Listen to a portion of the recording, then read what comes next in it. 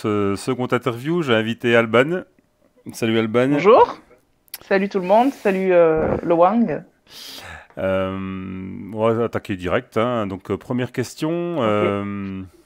est-ce que tu peux te présenter en quelques mots? Alors, donc je m'appelle Alban, mon pseudo sur Internet c'est très souvent Aetheria et j'ai 4 ans. Je fais du jeu de rôle depuis une quinzaine d'années à peu près, depuis la fac, donc c'est à peu près ça. D'accord. Je sais pas, si tu veux savoir des trucs précis ou pas, ou si ça ira Non, pour ça ira pour... présentation. Ouais, présentation, c'est très bien, parce que le reste, les autres questions vont... Voilà, c'est pour voilà. ça. Ce que je me doute. Deuxième question, donc c'est une question spéciale pour toi. Ah, D'où vient ton pseudo? Aetheria? Ouais. Alors, c'est une longue histoire. Prenez un thé, un café, un cookie, un sandwich, allez vous chercher à manger. Bref. Non, alors, désolée, je dis des bêtises. Alors, en fait, Aetheria, ça vient de mon premier personnage que j'ai fait sur un jeu de rôle sur forum. À l'époque, ce forum, ça s'appelait Miradelphia. C'était un univers un peu Medfan, etc., etc. D'accord. Et en fait, Aetheria, c'était donc mon perso. J'avais créé une Draw, donc une elfe noire, qui était une magicienne et qui, il est arrivé tout un tas de déboires et notamment, elle a couché avec le roi des Draws parce que c'était une ambitieuse opportuniste comme pas possible. Et cette madame est devenue reine des Draws s'est mise à porter l'enfant royal. Elle a tué le roi D'accord. parce que c'est une garce. Et c'est comme ça d'ailleurs qu'elle est arrivée sur le trône, hein, parce que c'est comme ça que font les drôles de toute façon. Hmm. Euh, et puis voilà, donc bon, je vais pas vous raconter toute l'histoire d'Aetheria, mais du coup ça vient de là. En fait, je cherchais un nom qui sonne un peu elfique, mais qui rappelait un peu le mot éther, donc éther, Aether, D'accord. et Aetheria, YA pour le côté sonorité elfique. Voilà, D'accord. tout simplement. Ok. Ensuite, J'ai fait la version courte. Ouais, version courte, ouais. Quand as-tu débuté le JDR? Donc, tu as dit tout à l'heure, ça faisait 15 ans que tu jouais. À Ouais. peu près, oui, Donc, c'est du ça. coup, on va attaquer la quatrième question. On va dire pourquoi le JDR? Ah, bah, parce que le JDR, euh, forcément. Non, j'ai piqué cette réponse à Alexis. Euh, non, en vrai, pourquoi le JDR? Alors, parce que j'ai toujours été quelqu'un d'assez porté sur tout ce qui était imaginaire, en Mhm. fait. Toute petite, j'aimais tout ce qui était le roman de fiction, de machin. J'ai découvert les livres dont vous êtes le héros Ouais. quand j'étais ado. J'adorais hein, ce genre de truc, je me régalais. Alors, bien sûr, je pense comme 90% des gens, je trichais. Oui, Voilà, je hein. confirme. On va pas se voiler Je confirme.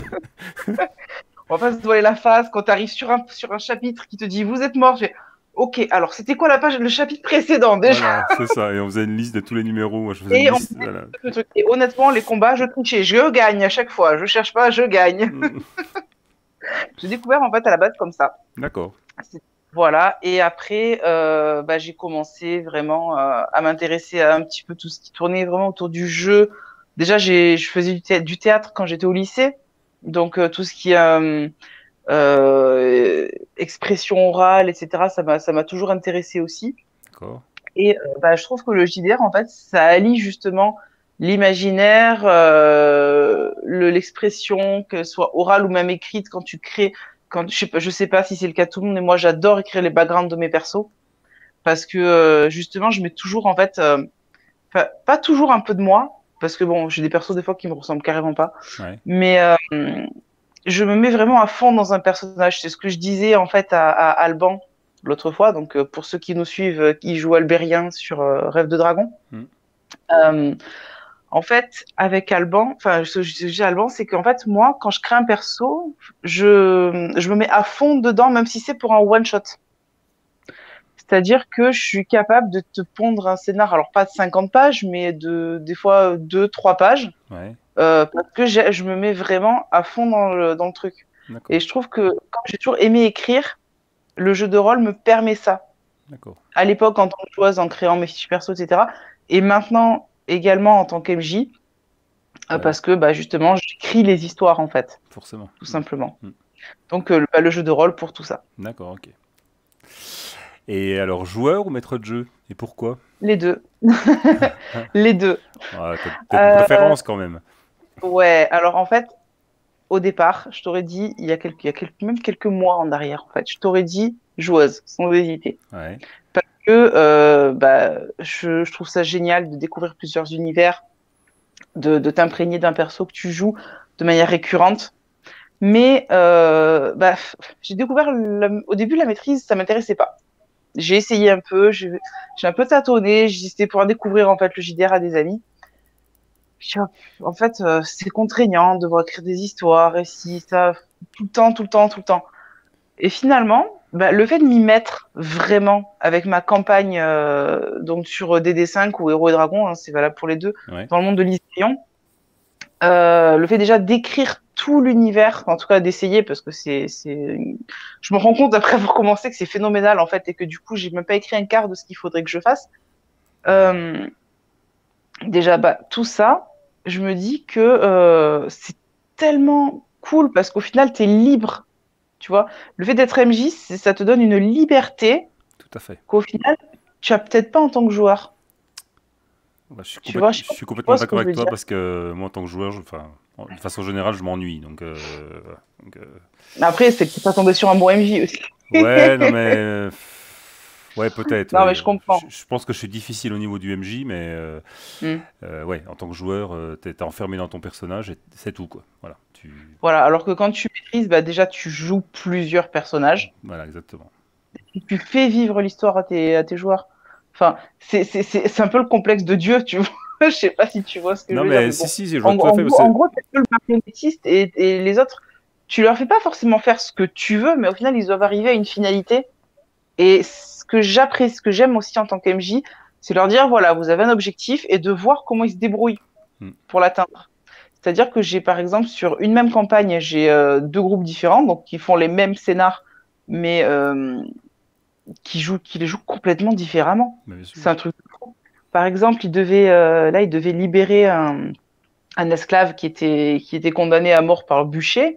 Bon, les deux ont décidé d'attaquer sur la route, en fait, avant qu'il arrive au village. Ouais. Il y a un groupe, ils ont fait un massacre. Au niveau des soldats, il y a juste le chef et trois soldats qui ont pu se barrer. Et l'autre groupe, ils ont tué personne. Ils l'ont fait en scred avec la sorcière qui se met en invisible, qui va crocheter les serrures, qui va ouvrir la porte, enfin, c'est impression de voir les deux styles qui sont complètement différents, quoi. Hmm. Et ça, c'est génial en tant Ouais. qu'MJ, je peux pas le voir en tant que joueur. C'est ça. On est Mm. complètement d'accord. Voilà, donc bah, les deux, j'aime les deux, Ok. quand même. Et alors, du coup, jeu de rôle sur table, virtuel ou les deux? Encore une fois, les deux. En fait, chacun a ses avantages et ses inconvénients. C'est-à-dire que je te dirais toujours sur table. Je préfère quand même sur table, dans la mesure où bah, je pense que tout le monde te dira pareil, t'as la convivialité, le fait d'être ensemble, de partager vraiment un moment tous Ouais. ensemble. Hmm. Mais l'avantage de jouer en ligne, bah, c'est qu'on peut jouer avec des gens qui habitent à l'autre bout de chez toi, enfin à l'autre bout de la France ou même des fois à l'autre bout du monde. Parce que ça m'est arrivé une fois de faire enfin, j'ai pas fait une partie de jeu de rôle avec une copine qui était au Canada, mais je devais le faire à la D'accord. base, tu vois. Hmm. Enfin, on Ouais, n'a pas ouais. trouvé de créneau. Mais tu peux vraiment jouer avec des gens avec qui ils te seraient même pas venus à l'idée de jouer au départ si tu faisais que des parties sur table. Et ça, Ouais. je trouve ça génial parce que du coup, tu fais des magnifiques rencontres. Bah, bien sûr. Voilà. Et c'est pour ça que je dis merci le confinement. Parce que du coup, j'ai pu multiplier les parties, c'est un truc de fou. Et bah du coup, j'ai pu découvrir entre autres Rêve de Dragon avec toi aussi. Oui, aussi, oui. Non, mais J'aurais pas pu sans ça, tu vois. bah, puis surtout, Donc, vous m'avez motivé pour que je me mette à Roll20, quoi. Parce que moi et le ça, c'est virtuel, pas bon. fait deux, hein. Mm. Bah, je suis Tu pas... vois, tu pourras plus le dire. Moi, c'est que JDR table, donc voilà.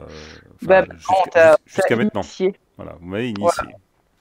c'est très bien. Eh bien, ça fait plaisir. Et je vous en remercie tous. Voilà. Mais on t'en remercie aussi. Et du coup, en JDR virtuel, quelle plateforme Bon, je pense que c'est Roll20, mais Roll20. ouais. Voilà. Hein, franchement, clairement, pour le jeu, parce que j'en ai pas testé d'autres aussi, il faut dire, tout simplement. Mhm. Peut-être qu'il y en a, certainement d'ailleurs qu'il y en a d'autres qui sont mieux, mais c'est la seule que j'ai testée. Et pour le vocal, alors, c'est un peu plus compliqué, parce que le vocal sur Roll20, niet. Non, Mhm. c'est nul. Enfin, perso, j'aime pas. Je sais pas si c'est à cause du confinement, mais quand on était là, tous en jeu, enfin, c'est un bordel incommensurable, quoi. C'est juste pas possible. Déjà que la caméra, ça saute à chaque fois, donc non. D'accord, Discord, ça dépend des serveurs, en fait. C'est-à-dire que ça dépend des channels Discord. Il y d'accord. en a où ça bug. T'as toujours un perso, t'as toujours un joueur qui, le son, on l'entend pas bien, on dirait qu'il est à l'autre bout de la France, alors qu'en fait, il est juste en train la bouche devant son micro. Enfin, c'est assez compliqué aussi. Hangout, c'est pas mal. Avoir la limite. Je sais pas quelle est la limite de gens dans Ouais, une je sais pas. conversation. Je connais pas, non. Je sais Suffisamment, donc. pas. Et bah sinon, il y a les systèmes TeamSpeak ou Mumble qui sont très bien parce que bah du coup, c'est fait entre autres pour les joueurs de MMORPG, dont World of Warcraft par exemple. Ouais. Mhm. Je sais l'expérience parce que je suis aussi une joueuse de WoW et on fait des fois des raids à 40 quoi. Donc tu as 40 personnes connectées en même temps sur un serveur vocal et ça ne bug pas. C'est magique. Bah moi quand je jouais à Guild Wars, on était, je sais pas combien, quand on faisait sortie de guild, mais on était sur TeamSpeak et ça fonctionnait nickel Ouais. aussi. Ouais, voilà. TeamSpeak, franchement, c'est le top. Bon, après Bon, je crois qu'il y en a qui payent un serveur, hein, quand même. Il y a un serveur qui ouais, était payé. Humble, l'avantage, c'est que les serveurs sont gratuits. Ouais. Ça sera à tester un jour. À Voilà. tester. Voilà. Très bien. À quelle régularité joues-tu? Combien d'heures par semaine ou par mois? Alors là, accrochez-vous, accrochez-vous. Alors, on parle là en ce moment ou en dehors du confinement? En dehors de la situation qu'on a vécue depuis voilà, quelques mois là. Alors, en dehors de cette situation, je dirais que je dois jouer à peu près 2 fois dans la semaine. Oui, quand même. Voilà. Ouais, Ouais, mais entre 2 et 3 fois. Voilà. Parce que j'ai des parties, j'avais des parties régulières le lundi, ouais, qui du coup se sont terminées pendant le confinement, bah, parce que on a fini la campagne, hein, tout simplement. d'accord. Thier, si jamais tu m'écoutes, bisous, je pense à toi. Et les autres aussi, Adrien et Michel. Euh, et sinon, voilà, donc ça c'était une partie régulière. Après, j'ai une partie qui est pas hebdomadaire, mais enfin qui l'est devenue maintenant, mais qui l'était pas au départ. On essayait de faire à peu près une séance toutes les 2 semaines. Donc voilà, c'était assez récurrent aussi. Mhm. Et une partie sur table aussi, un vendredi sur deux. D'accord, Donc voilà. donc, Si on parle pendant le confinement, alors ouais. là, il y a même il y a eu une période où je travaillais pas encore, enfin, j'étais même pas en télétravail, où je faisais du JDR tous les soirs et quasiment tous les après-midi. Ah la vache. Voilà, j'avais rien d'autre à faire. Je précise quand même que j'ai un enfant, pour Ouais. ceux qui ne savent pas, j'ai un mari également, et bah, j'arrivais à concilier tout ça. Voilà. Donc, ceux qui disent on a un enfant, c'est pas une excuse pour ne pas jouer. Non, quand on en a deux non Voilà. plus. Voilà. Comme dirait si bien mon chéri, quand l'avantage d'avoir 2 enfants, c'est qu'il y en a un qui peut garder l'autre.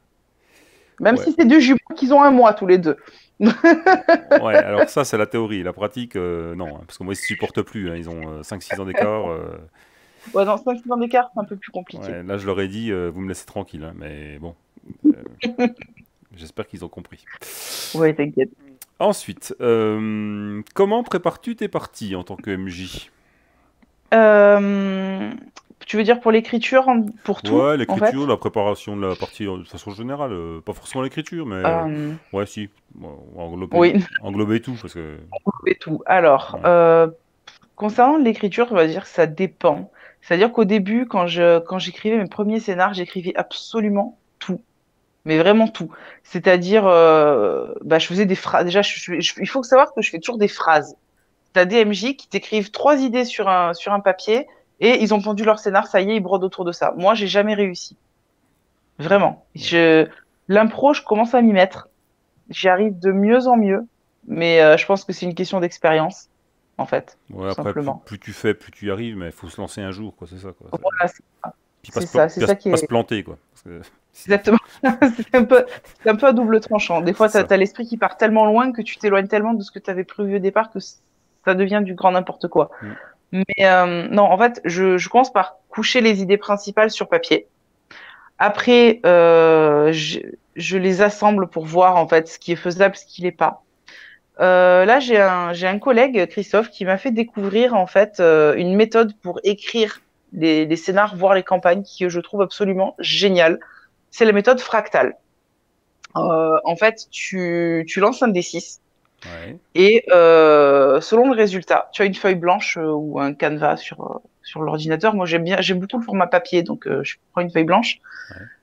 Et bah, par exemple, tu vas faire un chiffre et ça va te dire, eh ben, tu dois donner un lieu.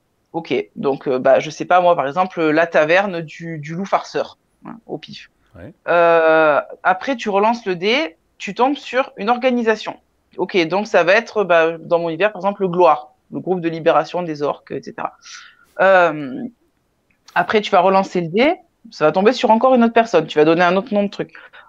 Tu vas avoir si tu vas tomber sur une situation. Et en fait, c'est comme ça que tu peux créer non seulement une histoire pour un scénar, Ouais. après en agençant les différents points que tu trouves les uns avec les autres, en disant voilà, bah, par exemple, le groupe de libération des orques, ils ont leur QG dans cette taverne, mais tu as le groupe des esclavagistes des orques qui eux veulent en fait détruire l'organisation des libérateurs et du coup ils vont attaquer la taverne et si ça en fait ça te donne non seulement un fil conducteur pour un scénar mais plus tu vas deux fois lancer le dé et du coup rajouter d'événements autour plus tu vas pouvoir créer en fait presque une campagne. Moi c'est comme ça que j'ai créé ma campagne en fait, D'accord. la campagne que je suis en train de faire. Et ça, c'est vachement intéressant. Donc, du coup, au début, je faisais pas comme ça, mais maintenant que j'ai cette méthode, je pose mes idées comme ça. Ouais. Et d'ailleurs, ça m'aide, tu te fais un auto-brainstorming, en fait. Tu vois, et ça, c'est très très bien parce que des fois, il faut agiter les neurones pour arriver à trouver quelque chose, Ah ça vient ouais. pas tout seul. Ça, on est d'accord. Et tu l'as trouvé où cette technique Alors, fractale? c'est un pote qui me l'a passé parce on l'a testé ensemble, en fait, parce que c'est très sympa de le faire à plusieurs, c'est vachement convivial. Ouais. Alors, ça s'appelle Fractal. Je pense que si tu tapes sur Google Fractal création JDR, tu devrais trouver quelque chose. Tu devrais trouver sans problème. D'accord. Bah Voilà. écoute, je chercherai. Et en fait, c'est une espèce de tableau avec, ils te montrent, ils te disent, voilà, t'as tel dé de 1 à 6, ça correspond à tel symbole qui correspond à telle chose, en fait. Donc, ça peut être un objet, ça peut être un lieu, une personne, etc., etc. D'accord. Bah, Je sympa. commence par faire tout ça. Sympa. Après, c'est franchement très très bien. Je le conseille à tous les MJ. C'est génial. Une fois que j'ai ça, que j'ai mon canevas, je sais ce que je veux, je sais là où je veux aller, etc. Ouais. Là vient le moment où je fais les aides de jeu. Parce que je suis quelqu'un de très graphique. J'aime quand mes joueurs, ils ont des aides de jeu. Alors, sur table, comme en virtuel, les deux. C'est-à-dire que, par exemple, sur les joueurs de ma campagne sur table, je leur fais les cartes des pays, je les plastifie, je leur fais des aides de jeu. Bah, dans les aides de jeu que je leur ai fait, par exemple, ils ont eu une lettre. Donc, j'ai fait la lettre sur un papier que j'ai parcheminé moi-même. Mhm. Je l'ai mis dans une enveloppe, parcheminée aussi. Enfin, presque. Je l'ai pas retrouvé, sinon carrément j'aurais sorti la cire et le cachet. Tu sais que j'avais en plus quelque part dans un coin. Voilà, j'aime bien en fait que les joueurs aient un support Ouais, le côté réel, visuel. quoi. Le côté réel. Voilà, donc le côté réaliste, que ça soit un support en partie sur table ou même en partie virtuelle où là, bon, par contre, bah, ça reste du numérique. Bah oui. Mais par exemple, je fais mes cartes sur Incarnate ou Dungeon Fog, ça dépend de la carte. Quand je trouve pas, bah, je les fais avec Photoshop, tout simplement. Pareil pour les aides de jeu, quand il y a des mots, des choses comme ça, j'aime même simplement les images des PNJ. Les visages des PNJ, j'aime bien leur donner des visages de mes PNJ. Même sur les parties sur table, j'ai la tablette avec un. Donc je leur dis voilà, vous rencontrez ce PNJ là, pouf, je leur montre. la Ouais, tablette ou le PC, ça dépend. je fais pareil, moi. Ouais. Je trouve ça plus sympa parce que bon, d'écrire, je le fais. Je le faisais. C'est un c'est un travail très difficile pour moi, je tiens à le dire. Pour tous les MJ, je pense, hein, c'est compliqué. Hein, Il y a des facilités il y en a qui ont des pour les facilités, descriptions. mais ouais, voilà. Moi, j'ai du mal. Alors, c'est vrai que il y a deux écoles. T'en as qui te disent oui, d'écrire, c'est plus facile si t'as pas de support parce que tu imagines le truc. Et si tu te bases sur un support, bah, tu vas simplement décrire ce que tu vois. Mm. Et du coup, bah, ça va limiter. Et tu as une autre école qui te dit oui, mais tu peux décrire en détail quand tu vois les détails. Ouais. Tu vois? Mm. Et bah, du coup, moi, ce que je fais, c'est un mix des deux. Voilà. C'est-à-dire que je décris ce que je vois et après, je rajoute des détails, par exemple, des trucs que tu ne peux pas voir, comme le zozotement d'une personne ou les odeurs que tu peux sentir, etc. Voilà. D'accord, Donc, j'ai vraiment besoin d'être très, très axé sur les sens, en fait. d'accord. Bien. Voilà. Et après, bah, sinon, pour le reste, je pense qu'on est tous pareils au niveau du fonctionnement de la création de la partie, hein. Il n'y a pas, Ouais, après, il y a, il c'est. y a Ouais, il y a pas d'autre chose, quoi. ok. Ensuite, as-tu des petites manies de rôliste? J'aime pas qu'on touche mes dés. Alors ça, j'en suis arrivée à un point où j'ai quand même j'ai des dés. J'ai mes dés à moi, ce sont mes dés en métal. Ceux-là, il y a personne qui y touche. D'accord. Voilà. J'ai un autre set de dés que j'affectionne beaucoup. C'est un ami qui m'en a fait cadeau. Donc ceux-là, je les garde aussi parce que c'est les dés roll and play, ils sont super super sympas. Mm. Euh, Après, les autres dés que j'ai, c'est tout dans une boîte à dés. Et là, libre service, prenez ce que vous voulez. Et pour instaurer, on va dire, cette espèce de rituel de chacun ses dés, pour le club de jeux de rôle que j'ai au lycée, il y a une des deux tables. J'ai pas pu faire la même chose pour l'autre. Je le verrai peut-être l'année prochaine pour ceux qui sont encore là. Je leur ai carrément acheté des dés, je leur ai offert. Chaque joueur avait son set de dés. Ils étaient super contents parce que c'est pas grand chose, tu vois. Genre, Bah, oui. tu les achètes sur AliExpress, ça te coûte que dalle. Voilà, mais ils étaient, c'est le principe d'avoir leur propre set de dés, chacun l'a choisi, ils étaient ravis. Et du coup, je leur ai dit, c'est votre set, personne n'y touche. Et chacun a dit, non, mais de toute façon, moi, c'est mes dés, il y a mon mojo dessus, de même, ils le disaient, tu vois. C'était assez rigolo. C'est rigolo parce Et que voilà. je fais exactement la même chose. J'ai acheté les dés pour mon fils, ma femme, ma fille. Donc je Ça, leur ai c'est dit, classe. c'est votre jeu de dés avec Mm, la petite sacoche qui va bien.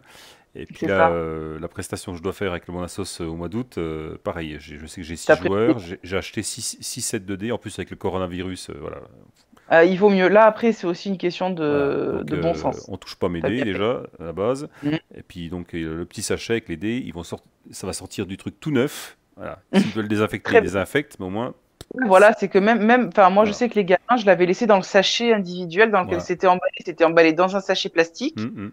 Et j'ai mis le sachet plastique dans la pochette. Et après, chacun prenait le truc Voilà, et exactement. ouvrait.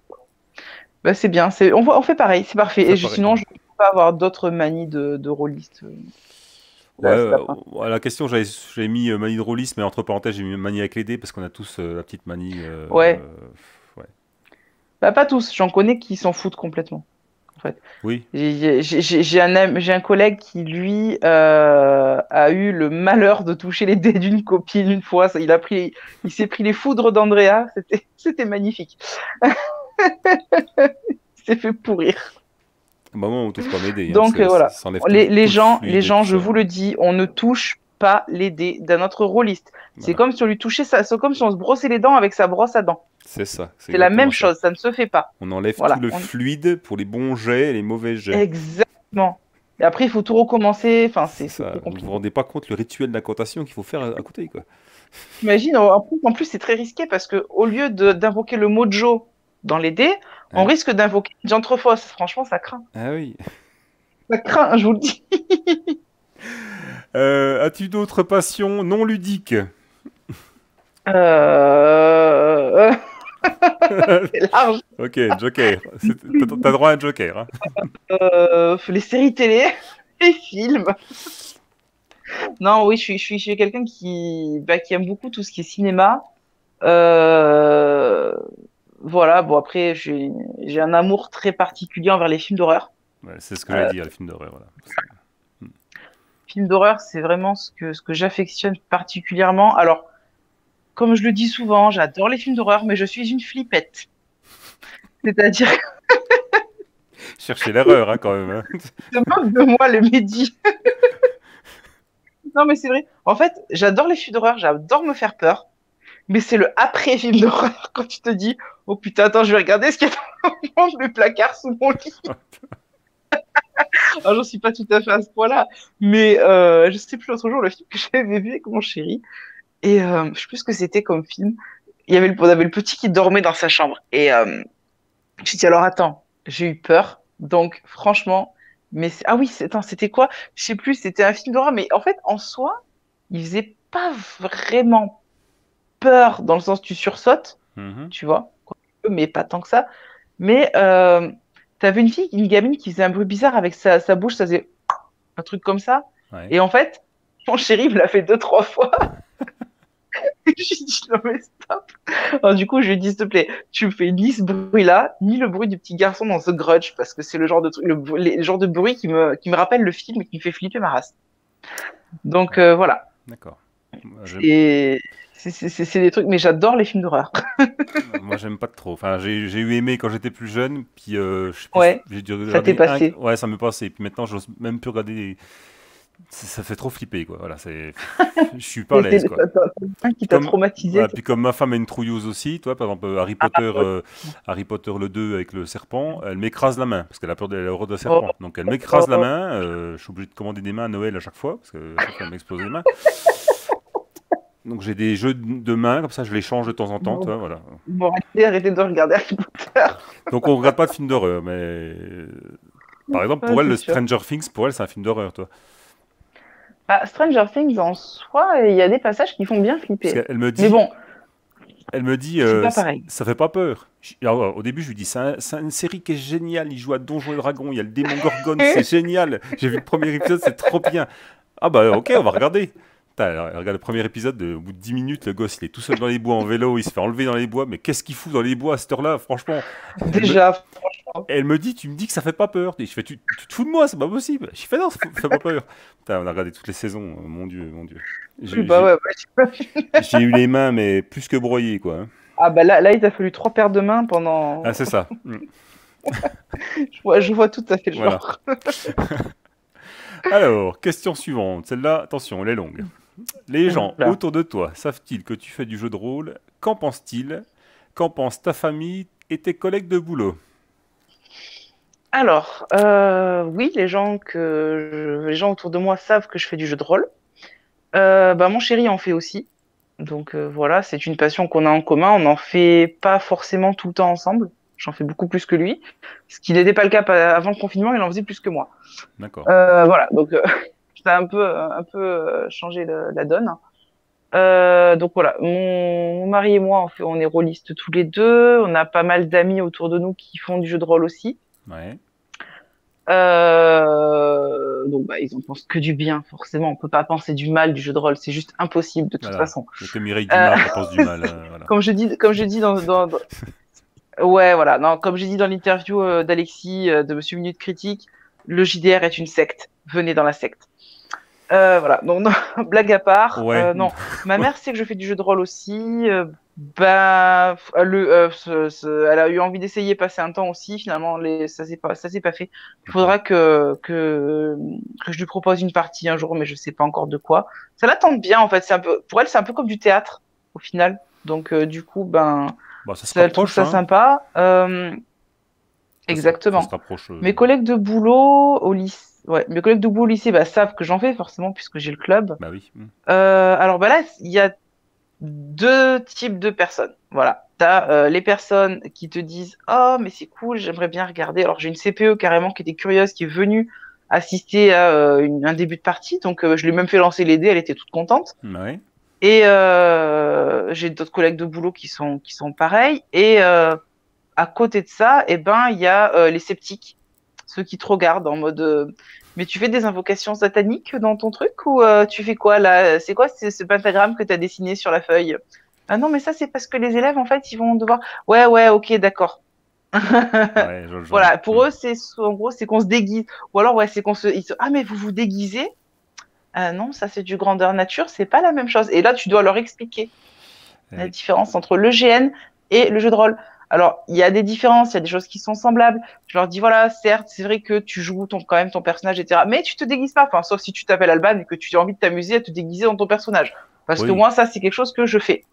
Pas toujours, mais ça m'arrive, par exemple, pour la dernière partie de la campagne de la colère des justes qu'on a fait, mon chéri et moi, on est venus déguisant nos personnages. d'accord. Ah, c'est cool ça. Voilà, parce que c'est sympa.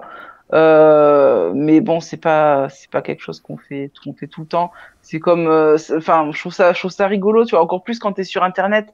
Par exemple, j'ai fait une partie avec Franck de Stick de Geek, c'est lui le MJ. Je Ouais. joue une naine, une naine blonde, donc cheveux, enfin plutôt cheveux blancs.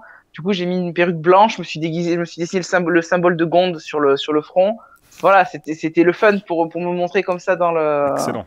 dans la webcam. Voilà. Pareil pour la partie de Evil Tales de mon collègue, Mhm. où là, je jouais la blonde décérébrée des films d'horreur. Donc, pareil, j'avais la perruque blonde, le maquillage putassier, tu vois. Et puis, du coup, je parlais comme ça, et tu n'arrêtais pas de me tordre les cheveux, c'était trop fun. Ah, d'accord. Ah, Kevina, quoi. Hmm. Ah ouais, mais je suis très roleplay. C'est un truc que j'adore. Et c'est vrai que se déguiser, ça rentre dans leur... Mais du coup, les gens, comme certains de mes collègues de boulot, peuvent me voir un peu comme une hurluberlu, on va dire, pour rester gentil. D'accord. Ok. Bon, on est tous un peu Voilà. uluberlus, hein. Ah oui, complètement, Voilà. complètement. Mais on assume, c'est ça qui est bien. C'est ça. Ouais, au boulot, moi, je suis big grognon, hein. Donc voilà. Big grognon. Ouais, big grognon. On vient pas me faire Faut que tu chier, quoi. détailles. Celui qui a une question à me poser, il a intérêt de la poser correctement pour que je comprenne du premier coup. Puis voilà, hein, faut pas venir me. Voilà. Donc, je passe pour l'uluberlu du bureau, hein, ça c'est sûr. D'accord. Ah, c'est sûr et Ah certain. voilà, chacun, tu vois. Voilà, On est chacun le hurluberlu d'un autre. c'est ça. Voilà. Alors, le JDR te coûte environ combien par, Ça par dépend, pas an? tant que ça en fait, par- parce que je suis pas du genre à acheter compulsivement en fait. Ouais, C'est-à-dire que ça m'est arrivé de pledger sur trois quatre trucs, mais par exemple sur Yin Pridane, sur le dernier pledge de Roll and Play, celui d'avant c'est mon chéri qui l'avait fait, ou sur Hémisphère. Du coup, je crois que le plus que j'ai pledgé, ça a été sur Hémisphère, dans les 40 euros, quelque chose comme ça. d'accord. Mais voilà, sinon, les dés, j'en achète de temps en temps. C'est pas trop. Non, je dis des bêtises. Hémisphère, c'était 15 euros. C'est Yin Priden 35. D'accord. Voilà. Donc, du coup, c'est pas. Non, je suis assez soft au niveau des dépenses du jeu de rôle. Puis c'est pas mensuel non plus. Donc, voilà. D'accord. C'est très peu. Ok. Alors, question très vaste. Considères-tu que le JDR t'a apporté quelque chose? Oui, oui, beaucoup. En fait, j'ai toujours été quelqu'un de très timide. Alors, ça se voit peut-être pas. Enfin, pas timide, mais réservé. Du coup, toi qui me connais un peu maintenant, depuis qu'on joue ensemble, tu dois te dire, mais elle est pas réservée, cette fille, qu'est-ce C'est qu'elle me exactement raconte ce que comme je me bêtise? disais. Et pourtant, si. En fait, quand j'étais plus jeune, j'étais quelqu'un je- j'avais pas beaucoup d'amis, vraiment. Bon, je parle pas de la primaire où là, c'était catastrophe, le collège encore pire. Ouais. Mais quand je suis arrivée au lycée, voilà, j'avais un petit groupe de copines, et copains, mais c'était pas. J'étais un peu celle qui parlait pas trop. Après, en arrivant à la fac, c'est là où en fait j'ai découvert le JDR et où du coup j'ai commencé à m'extravertir. C'est-à-dire qu'en fait, ça m'a apporté un peu plus d'assurance. Comme le théâtre quand j'étais au lycée m'a apporté un peu plus d'assurance, le JDR aussi. Je me suis sentie, j'avais plus de facilité du coup à m'exprimer Mhm. parce que, comme je le dis toujours, le jeu de rôle aide énormément pour l'expression orale et pour la confiance en soi. Et j'ai pu l'expérimenter en fait. D'accord. Je me sens plus à l'aise, je discute plus facilement avec les gens. J'ai toujours autant de mal, par contre, à dire ce que je pense. C'est horrible. Ça, malheureusement, ça change pas. J'ai peur de blesser les autres, donc ça, par contre, ça change pas. D'accord. Euh, mais je me sens plus libre. Et puis, ça m'a permis de développer aussi pas mal mon côté créatif. Et ça c'est génial aussi, parce que du coup, ben, je peux faire. T'es sans limite quand tu fais du jeu de rôle. C'est ça. Surtout quand t'es MJ, encore plus. C'est exactement ça. Donc voilà, ça m'a aidé pour ces deux jeux-là, puis peut-être pour plein d'autres trucs, mais j'ai pas tout en tête. D'accord. Quel conseil donnerais-tu à ceux qui veulent débuter le JDR? N'ayez pas peur. Tout simplement. Bah oui, parce que en fait, le jeu de rôle, quand tu débutes, bah, tu peux avoir peur de pas bien faire les choses, de pas comprendre les règles, parce que faut pas se voiler la face.